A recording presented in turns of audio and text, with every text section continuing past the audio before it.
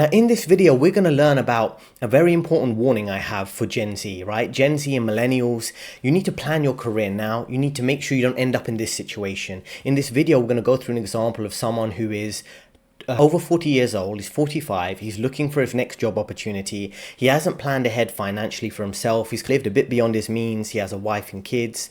He's struggling to find his next role, and this is going to be a very common pattern you're going to see in society moving forward, whereby people are going to be dealing with middle management who are essentially losing their jobs. And typically middle management, they're not like guys who are younger or female employees who are younger, who maybe don't own a property, they're renting, they can go back and move in with their parents, they can go and find another low paying job just to sustain themselves. These are guys or women who are in middle management in their 40s or maybe late 30s, and what they've done is they've built a lot of debt into their life. They've gone on expensive holidays, maybe they have credit card debt. They also, on top of that, they have a massive mortgage. They might have a miserable marriage, which I tell you to avoid, miserable marriages and massive mortgages. And then they end up in a situation like this, right, that they lose their job. They've got to pay for their wife, pay for their kids, pay for their high mortgage costs, and they don't know what to do because the job market isn't great right now. So if you listen to my advice throughout my channel, you'll definitely learn to avoid this type of situation. Now, if you're new to the channel, my name is Economics Ethan. I have 10 years experience or more at top investment banks and climbing the corporate ladder all the way from intern to director level, Goldman Sachs, Morgan Stanley, successful job applications, and many other top investment banks like JP major top four company, the big four companies, KPMG, PwC, things like that, and Arrowgrass, other hedge funds, investment banks, things like that, private equity firms too. And also I offer career coaching and I have a course, so there's a link in the description if you want to look through that. So let's listen to what this guy has to say here and how you can learn from his mistakes. It all started happening where I went on consultation at my current job at the time and then was very quickly made redundant. Now, I've been made redundant twice in the past 4 years. The first time round was because of COVID and made sense. Everyone was in the same boat. And the second time was from the last employer. I've been with them for 3 years. And to be honest, no idea why it really happened. Talk about a restructure, something like that. But these things are. When it all happened, I was kind of positive. I've done the usual stuff where you can go on LinkedIn, say you're looking for new opportunity, and a few things come up. But then actually, when you sort of chase those leads, nothing really materialised. And I get to today, and I'm, what now, nearly 5 months on from when it all happened, and I've still had absolutely zero luck in trying to find the next sort of job. And it's not for the want of trying. I've been applying for all sorts all over the place, but just had absolutely zero luck, even on smaller part-time jobs. Now I'm curious, have you found something similar? Now I get it. I think probably the back end of last year, I was on a few months garden leave, and then by the time I started properly looking, it was kind of back end of the year into Christmas. And maybe now still, it's only sort of January, people are still sort of waking up in the new year. But I have to say, it feels very different this time. And when I've had interviews and I've gone into companies, the one thing I notice is a lot of the time I seem to be sort of the oldest person there. Or being people to see in the office. I am one of the oldest there. I'm only 45, riding on 46 very quickly. And that's scary. So I kind of want to talk about really, I guess, like ageism a thing still. Well, in fact, I know it is. But really and truly, does it come into play when you're 40s? Because my God, if most of you are like me, there's no way I can afford to retire right now. No way. I've got probably realistically another 20 odd years of working, if not more. So what are we supposed to do when we get maybe redundant in our 40s? So he's been redundant a few times in the last few years, right? I think he said 2 times in the last 4 years. And this is a bit of a red flag, right? Typically, just for your information, if you have a layoff, often when you sign an agreement, they won't disclose the information that you've left on the basis of a layoff or redundancy, right? You'll just sign an agreement, and typically when you go to your next company, your new employer, when they do background checks, they'll just find out that you left the company on a certain date, a job title. They won't find out all the details like why you left or did they think your performance was bad. Just for their own legal protection, they don't want to say anything that could jeopardize your career and then put them at legal risk for sabotaging your career. So they're not going to say you were part of a layoff. They'll just say you left the company on that day. whether it's on your terms or their terms. And another thing I just want to point out here is that you should look out for the term restructuring. When it comes up at your company and they mention it, someone senior mentions in a town hall, department meeting, there's going to be some restructuring. That's just another code word for layoffs. And you should think about your position. Are you management's perspective? Do they like you? Don't they like you? And if they don't like you, you could be on that short list for a layoff.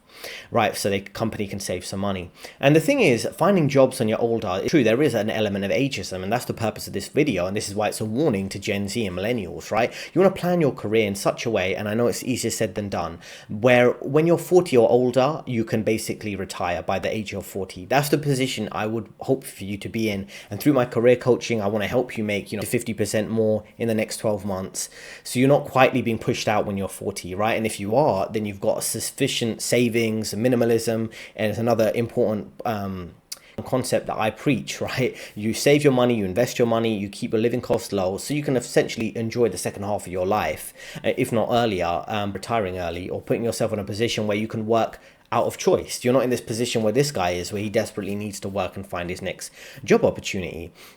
And you want to build a career of leverage. You want to escape being underpaid and being overworked, right? And this is what this guy is going to be in. He's going to end up having to take a major pay cut, and he's going to end up being overworked because they're going to treat him like the old guy who really needs his job. And companies, managers, they know the social dynamics. They can basically that, right? Oh, this guy, he's married, he has a mortgage. Let's kind of like a slave, right? Compared to an employee who you do have the theme, own nothing and be happy. So you have people who are younger. They don't have really kind of invested in a job that they don't like, right? And that's why people quit their jobs. You see Gen Z are less invested in working their particular career because they're like, okay, well, I don't really have a mortgage. I don't really have a house or a wife or a kid, so I'm less invested. And they're less likely to put up with the BS in the corporate environment. But these older guys are going to be put in that position. So what you need to kind of is learn from this guy's mistakes, learn from my experience, 10 years in the finance industry, right? And what you want to aim for is essentially having quick promotions, increasing your income, increasing your freedom and leverage through developing new skills, having more time freedom, financial freedom, being able to work globally. And this is how you can get all three, by really learning from these type of instances, right? Learning from other people's successes, from my success and this guy's mistakes, right?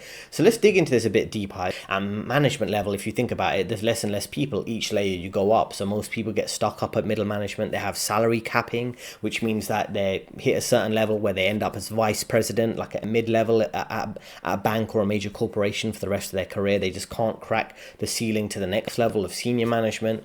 And this is why financial planning is important, right? You want to understand where your position is and how the global economy is working. And many people like to pretend. They like to forget that the workplace is daycare for adults. And what do I mean by that? It means that many jobs aren't really needed. This system is kind of a control system more than a financial system. So it's almost like the system deliberately has a dynamic whereby people are in jobs that aren't really needed, right? This country, this system, it needs people to be working perpetually. It needs people to be essentially working so they can pay off their mortgage, so they can get into debt, so they can be a good consumer. It's almost like the way the system works. It's more important about you being a consumer than you being a worker. And this is how you end up stuck for the rest of your life in a dead-end situation. Works like a hamster wheel going round and round, right? So those are things to be aware of. You want to figure out whether you want to downsize later in life. Often I mention on my channel, I live in a small one-bedroom apartment. I don't have wife or kids. Maybe I will in the future. But even then, I'd be very cautious about what I'm spending money on, what the long-term consequences of that could be in terms of, mortgage payments, possible marriage and divorce costs, homeschooling kids, so they're not brainwashed at a major school, convincing them, dye their hair blue or purple, or gender transition and things like that. So you have to think about all these things carefully, right? And guys like this, right, these kind of year-old boomers, if I want to say it in a funny way, the 40-year-old boomer, is that they haven't thought about this thing carefully enough. They thought they'd have a stable life and just work in an office job until they're 70 and the job will always be there. And the reality is not. He mentions in later sections about potentially worked at major investment firms, banks, or some kind of tech role at banks. And also he talks about potentially having to go to start doing Uber Eats or gig work, like delivering food and things like that, which is a massive step down. He should have planned earlier in terms of what his financial circumstances will be, being honest honest about how many jobs, including perhaps his job, weren't really needed. It's work. And when you're in a fake economy with fake companies, fake job roles, you have to be realistic about how long you can play in that fake system before they be real and push you out or outsource your job. You have to kind of realistic approach, not just assume you're going to have the stable 9 to 5 for the rest of your life, right?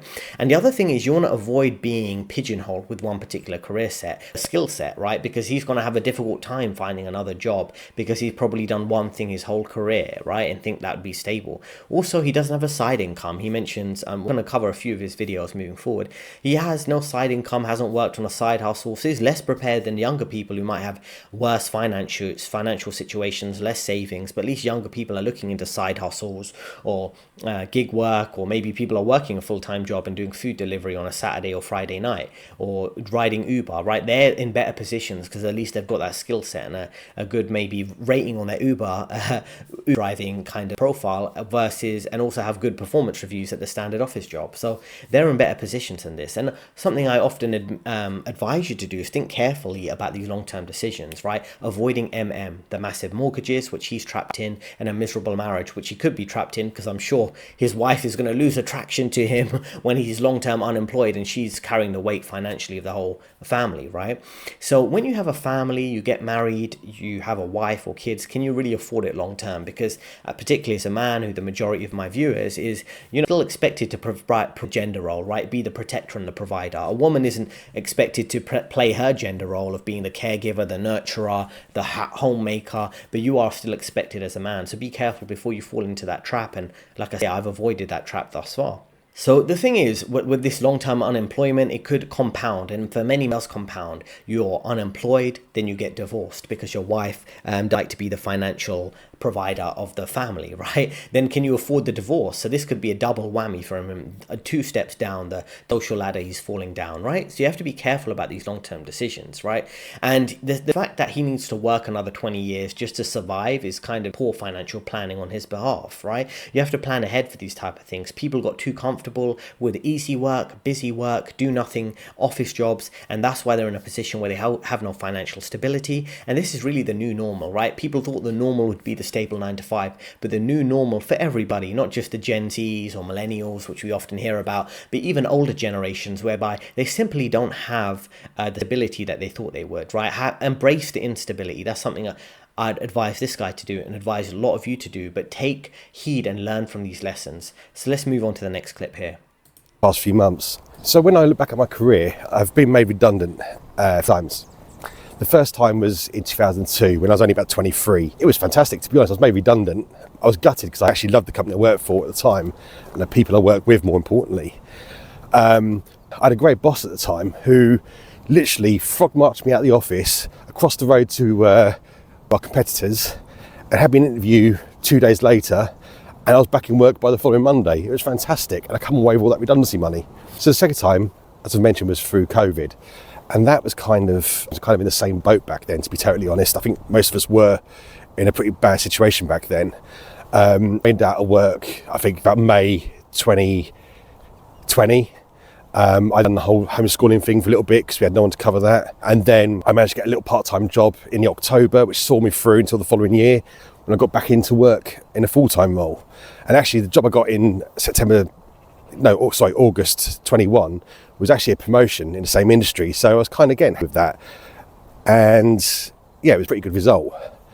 This time has been a totally different experience, and the only thing that I see is kind of different is my age. My qualifications haven't changed, the industry hasn't changed, there are roles still advertised that my experience suits, however I don't get a look in, and the only difference is my age. So there's got to be something there. And actually I was speaking to a friend over Christmas who sort of anecdotally, I won't mention names, said to me that his company actually won't look to employ someone over 45. It's obviously, of course, not written down anywhere officially, but these conversations have actually happened that they don't want anyone over 45 for whatever reason.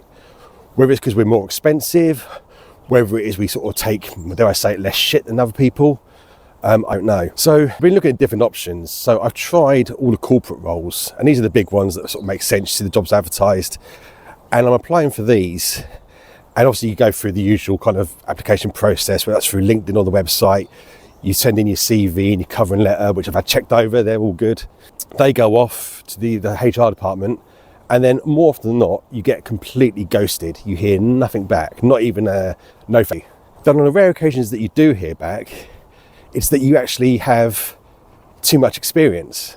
But then you think, okay, fair enough. You look at the job application again, look at the experience you've put through on your CV, and of course, some of these things, when you sort of these roles, you take out some bits so you don't look overqualified. Your details match what they're looking for, yet they're still saying you're overexperienced. Now, is that just an excuse to say you're too old? Because I can't help thinking it probably is. That seems to be all the big corporate roles at the moment. And it does seem. So redundancy is quite common across the length of your career. So he mentions he was made redundant or lost his job as part of a layoff 3 times, right, throughout his career. So I would say if you're in that situation, don't worry about it, because sometimes people have one layoff and they get worried, and the second layoff, they're like, oh, thinking they're useless at the job. But it's more common than you think. There's all types of job cuts, right? I recommend you just take layoff money if you get a payment to leave the company. Make it work for you, right? Focus on your new job, have a mental break for a few weeks or a few months, depending on your situation, or invest that money and find a new job as quick as you can. And the thing is, like I said, ageism is real, right? They're going to come up with excuses for it. The same way they could have racism at a company and they come up with excuses. I remember certain teams where it'd be all white or all white female, and it's like, obviously there's a pattern here. If you have 10 employees in a relatively diverse place like London and they're all the same race, age, demographic, beliefs, then probably there is a bias there. They're just not going to tell you. And the way they'll word it in interviews, and not only you have too much experience, it could be you're not a good cultural fit for the company or some other BS reason, right? Now, companies typically want people who are younger, easier to fool, people who are desperate and dumb, and they're more likely to drink the corporate Kool-Aid, or should I say the corporate cyanide, keeping them to work in a job that, needs. So that's something to worthwhile considering, right? Next, we're going to think about his step is going to be about whether he needs to take a step back in his career and how to deal with this lack of employment opportunities for himself. This is great. I can go and start again, but I've got to start on a major entry level role salary, which is okay when you're in your 20s, whatever, living at home or kind of make commitments. But when you're a family man and you've got a kid, mortgage and everything else to pay, it's really hard to live on that entry level salary, because the jobs I'll be going for aren't going to be like city bowls or anything like that. They're going to be kind of low roles. So how are you meant to survive on that kind of money? And realistic, me good 5 to 10 years to start getting decent money in the industry I was in, and that's grown over time. So to go back to square one, I don't think you'd ever really fully recover. And again, I think even accepting that I was really up for it and found the job that I loved to go and do, I'm just not convinced they would accept a middle-aged man this day and age. Again, just from my experience and what I've seen and sort of feedback I've had. Then I had the thought of, well, if I'm sort of forced into this corner of no one giving me any work, do I need to go and work for myself? As I said, I've got to work for the next 20 years. I've got to find a way of making some money. And I have got a little side business that I started last year. It's only small, and it's not anywhere near a salary I would need to earn. But over the course of a year or so, it could actually probably grow into a great thing if I put my time and attention onto it and the experience. But where I am now, and where that business actually starts bringing in income, I still need to make some money. I've quickly burnt through my savings, so ultimately I can't sit here for much longer having no income. So I thought to myself, do I look at freelancing in my own industry? Do I kind of sell my experience by the day or by the hour? Now, I'm not kind of a tea guru or anything like that. I went to the industry I'm in, but it's kind of niche. So I'm not sure how much requirement there'll be for freelance, but I'm going to sort of. The other thought I had is, do I look at something like Uber Eats or Deliveroo? I did look at Uber, but I think my car's quite an old car, so I would need to replace it with something more modern. And I'm not convinced by the time I pay the lease rate and the insurance, I'll actually make any money from it. I need to kind of sell that I can use my current car in. So Deliveroo and Uber Eats, I think you could do it in an older car, and then is that a way of bringing some money coming in? Again, I can't believe I'm coming around to doing this at sort of this stage of my career, that I'm having to sort of consider, again, I'm not going to lie, it's not been easy. And the past 5 months have been a lesson that you really are not safe doing what you do. And it does come out of the blue. So See, this is the difference, right? You don't want to be in a position where it can be kind of embarrassing to be 40 plus, to be pushed from, he mentioned Citibank, top banks, going from there to Uber. And I'm not saying there's anything wrong with driving an Uber. And I think particularly your younger years, it makes sense to kind of do a side hustle if you don't have other opportunities, right? But lots of these people, they've been fooled into a sense of stability, right? In middle management roles, in the older roles. And I think it's important to consider, would need to take a step back, or how to avoid taking a step back, right? Avoiding pursuing the stable life, because there are major risks associated with that, right? If you're over 40, and I'm going to cover this in some other videos coming up very soon, actually. Examples of an American guy who's over 40, he's his job, right? He quit his job because he had low living costs. He invested and bought rental property. He built his own house through doing some construction and to hiring some people. And he built quite a large house for himself in a rural area. He has very low living costs. He has some income from the rental property, which he uses as an Airbnb property. And he's living a good life, and he's retired at 39. So what life decisions differ there? The American guy, which we'll cover in another video, he essentially, the wife and kids, he doesn't have an overpriced property, he didn't go on a ton of expensive holidays, and he didn't live this kind of, mentions in other videos, drinking, partying a lot, and that cost a lot of money, particularly if you're, I assume, working in London, which I assume he's been working in London, and, higher living costs. So the thing is, you want to plan ahead. You don't want to be 40 and over without much options for your career, because you haven't built a varied skill set, you haven't built a reputation in your industry. He doesn't seem to be too keen or too knowledgeable on how to be a good contract worker. That's another thing for worthwhile considering. Like, a lot of people are just not planning ahead, and that's what I try to do through my career coaching. And this is kind of the problem with some corporate jobs. If you don't plan yourself correctly with the correct career plan, is you end up being too niche, and sometimes it's too niche to do something self-employed, right? And that's what he mentions here, right? It's like to work as a self-employed person, as someone who's been working in tech infrastructure at a major corporation. For example, certain job roles just make sense at big companies, not in a freelance role, right? If you work for a major corporation that have a big technical or technology infrastructure department, and you've been working there for 20 years, how are you going to take that to self-employment? Yeah, you can maybe do hardware repairs like Lewis Rossman, if you're familiar with that YouTube channel, but it can be a bit more difficult. The skill set you develop over your career, you should think about developing a skill set that makes sense for freelancing or for self-employment work, because future down the line you might want to do that. And the thing is, think there's anything wrong, like I say, with someone driving Uber, doing Uber Eats, Deliveroo, Grubhub, do things like that. But I'm sure his wife would look down on him for doing that. And this is the benefit of being in Gen Z or millennials compared to older generations. Older generations are really stuck with the social status game. What title? Are you managing director? Are you vice president of this bank? Is this guy making six figures? But if you're a younger generation, you kind of don't care about the social status game, because you understand how everything's kind of rigged and it's not really a fair game you're playing. You might luck into a high paying job, you might not, it depends. Or you might be doing a perfect job and nothing to do with your performance, the company's not doing well, your manager doesn't like you're dealing with a layoff, so you don't mind maybe making a bit of money on the side, working in a local coffee shop while you find your next job. We're not caught up in these social status games that they are, right, where he faces a tough reality, and also has to deal with the kind of social ramifications of his wife looking down on him and his other social group thinking he's a bit of a loser. Now let's look at some good comments here. Babette says, I'm in my late 50s and grieving over the death of my wife. I'm suffering from severe depression and trying to get back into work. But every time I apply for a job, there's nothing back. I can't find any opportunities. And this is something worthwhile for you all to consider. And that's why I help through my career coaching, through my videos, which you can watch for free, of course, to give you tips so you don't end up with these compounding effects of, okay, cool, you lose your job at 45. Maybe you deal with a divorce then a family member passes away. It's too much to deal with at an old age, right? Sleeper Cell says, I quit office space at 38 and become a truck driver. Best decision I ever made.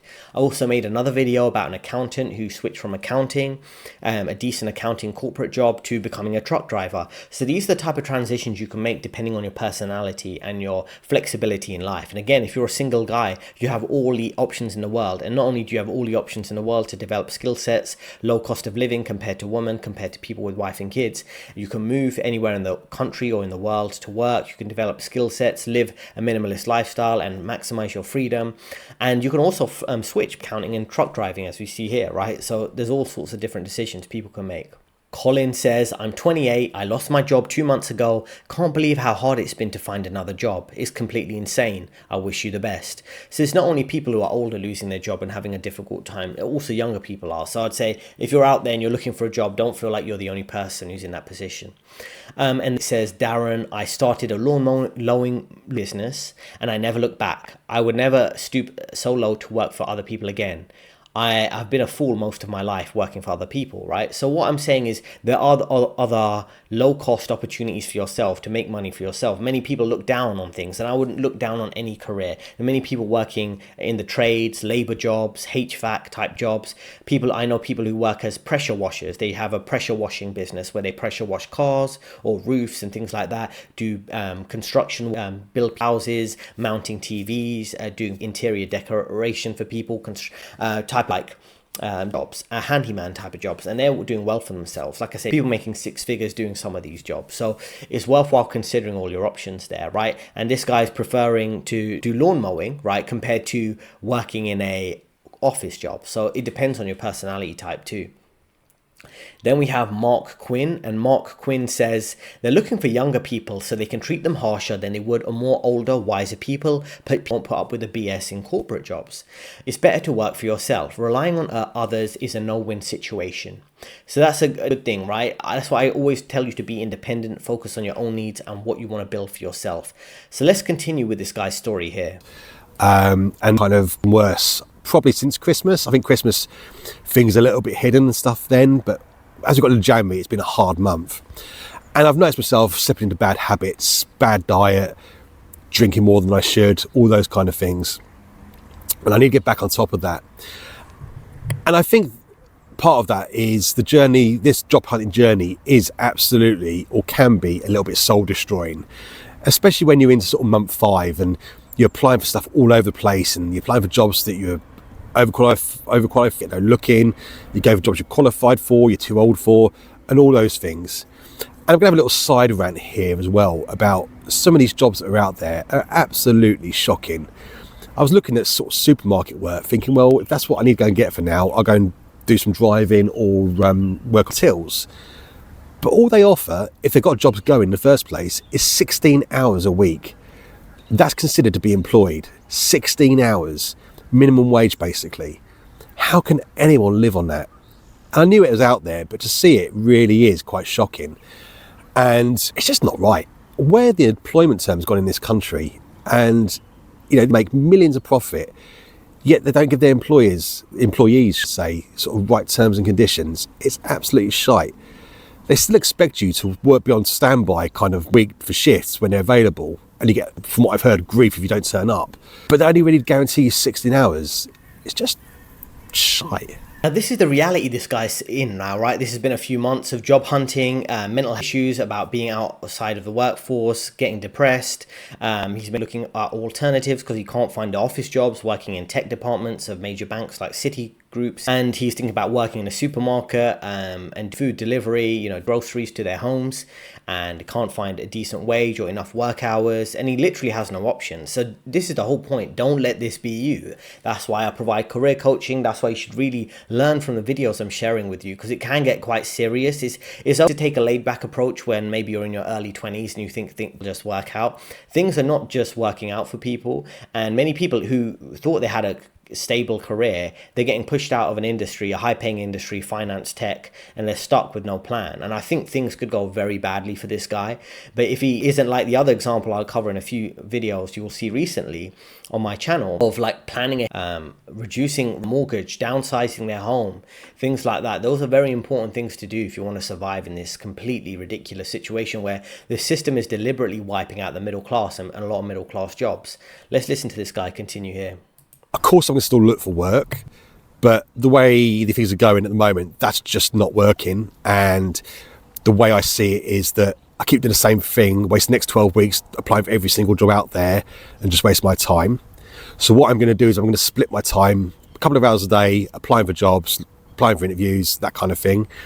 And the rest of the day then focus on my business and trying to grow that, because ultimately it may be that I have to work for myself if no one's going to employ me. Second is to look after my health. My health has taken a hit over the past few years. I'm currently 3 stone overweight. if I was to go to the doctors, I would no doubt be probably high blood pressure and I suspect high cholesterol. So over the next 12 weeks, I'm going to go all in on my health and try and get 2 stone off, which I think is realistic. So that's the plan for the next 12 weeks for my health. And finally is to try and have a go at this YouTube thing. I've been meaning to do this now for, 2 or 3 years and have never got around to it due to whatever reason.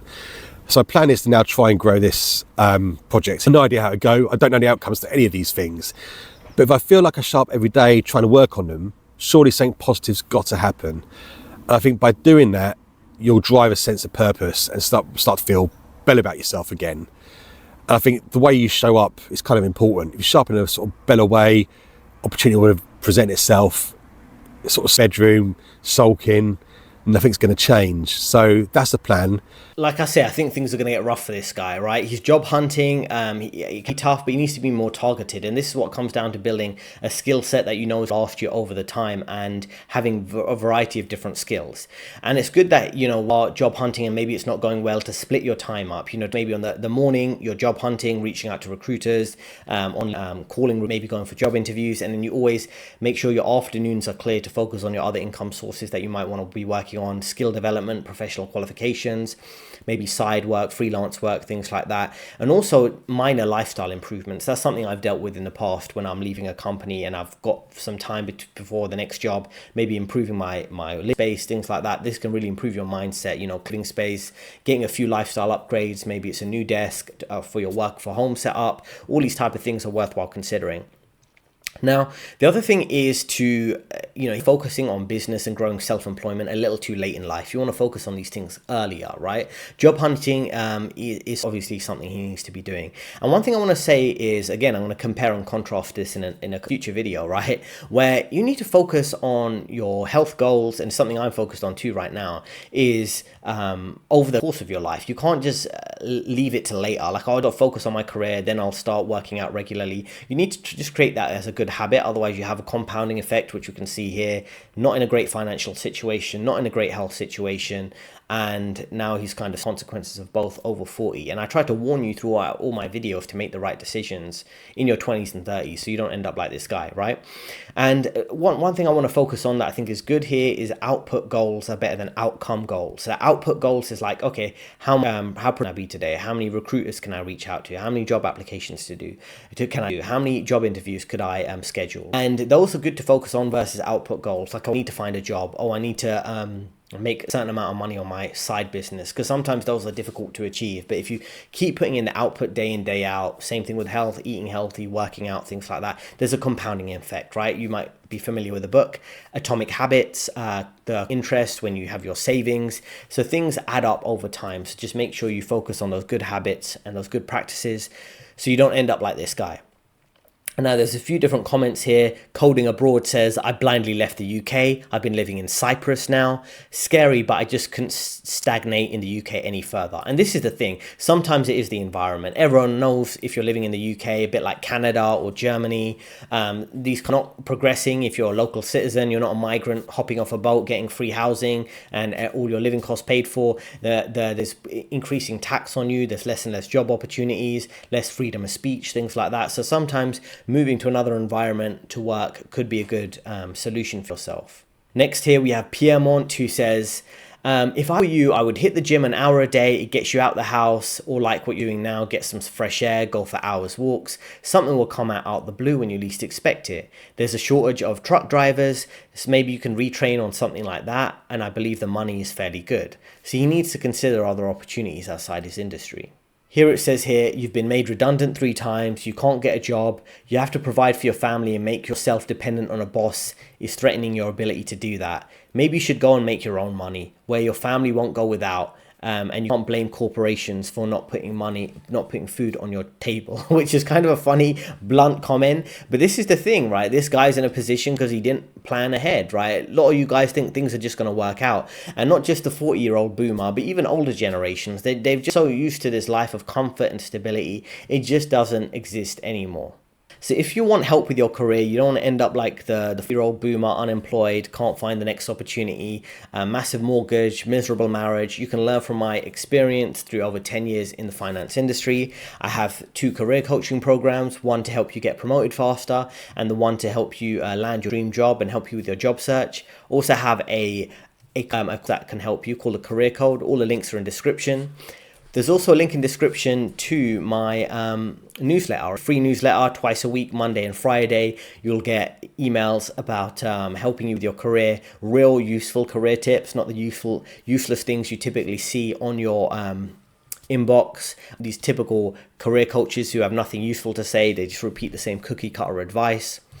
And then also, I just want to finish up with a lesson from this video, a lesson that is covered in my course, which is how you need to show strength instead of seeking approval, right? You want to lead with patient power and assertive clarity. You want to avoid seeking the desperate approval of your work, and weakness usually hides behind the mask of virtue. And that's what I see when I see this guy. I know he should be a bit more sympathetic or empathetic, but a lot of these guys, they had easy lives, relatively easy compared to millennials and Gen Z and things like that. You know, he's kind of coming across as weak and soft and I don't know what to do. I don't have a plan. I'm not sure how things will work out. He better get on it very quickly and figure it out for himself. And really had a lot of time to, right? All this time he mentioned in some other videos, drinking, partying, going on expensive holidays with his family to Australia.